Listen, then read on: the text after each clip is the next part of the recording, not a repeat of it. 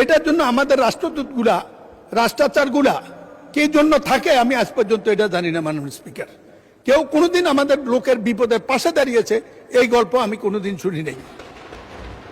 বৈধ এজেন্সি এটা ইচ্ছা করলে নিয়ন্ত্রণ করতে পারে, কিন্তু করবে না, কারণ এদের টাকার এত দৌরত্ব, যে কোনো জায়গায় টাকা যায়।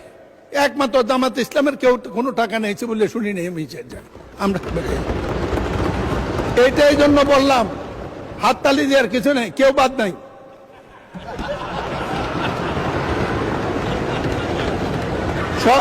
সব দূর সালাউদ্দিনকে দেবেন। মোহধারী দেখলে দুলাভাই মনে করার কোনো কারণ নাই।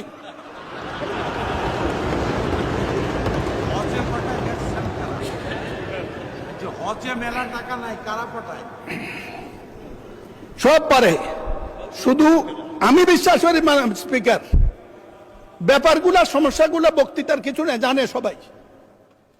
একটা মন্ত্রণালয় করছে, ডিজি অফিস করছে, বিরাট বিরাট বিল্ডিং করেছে, কিন্তু রিমিটেন্স যোদ্ধারা সাহায্য পায় কত পার্সেন্ট, এটা একটু হিসাব হওয়া উচিত। স্বরাষ্ট্রমন্ত্রী আমাদের, আপনি এইটাও তদন্তের আওতায় নিতে পারেন। বাদ তো কিছু দেন নাই, এটা একটু ধরেন।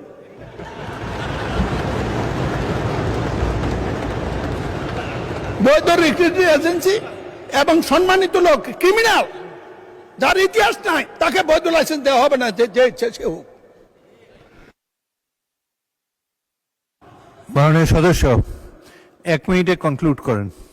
মাননীয় স্পিকার, একই তো কথা শুরু করলাম মাত্র, আপনি দিলেন বন্ধ করে।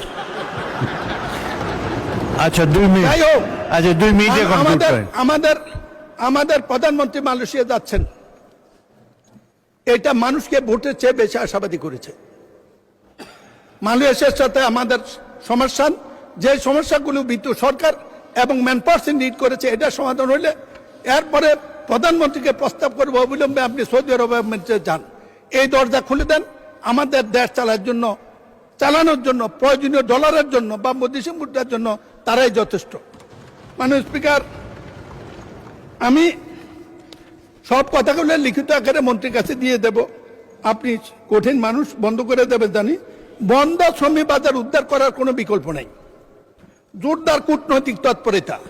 মাননীয় স্পিকার, ফরেন সার্ভিসের সবচেয়ে গুরুত্ব হলো ডিপ্লোম্যাটরা ওখানে করেটা কি,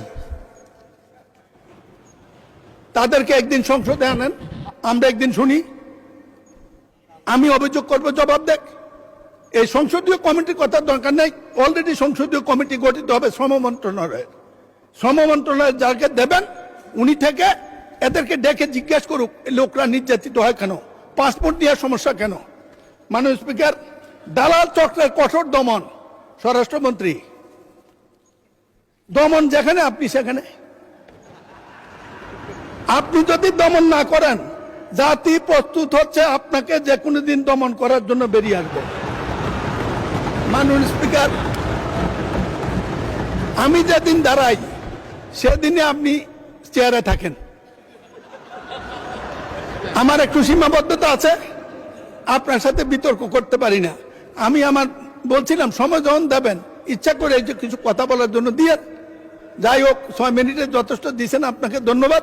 আমি শুধু বলবো এই ব্যাপারটি সমাধানের সাথে মাননীয় সরকার প্রধান জনাব তারেক রহমান হাউজে নাই, আপনারা আছেন, বিরোধী দল মিলে আমাদের ইজ্জত, 24-এর ইজ্জত, মুক্তিযুদ্ধের ইজ্জত, দেশের ইজ্জত, বিদেশি ডলার ইনকামকারীদের ইজ্জত, এই রিমিটেন্স যোদ্ধাদের ইজ্জত, জাতির ইজ্জত রক্ষা করতে চান, একটি কাজে করেন, যে কোনো কারণে হোক এদের উপর নির্যাতনকারী ম্যানপাওয়ার ব্যবসায়ী এবং বিদেশি দালাল তাদের বিরুদ্ধে কঠোর ব্যবস্থা নেন, তাদের মুক্ত করে দেন।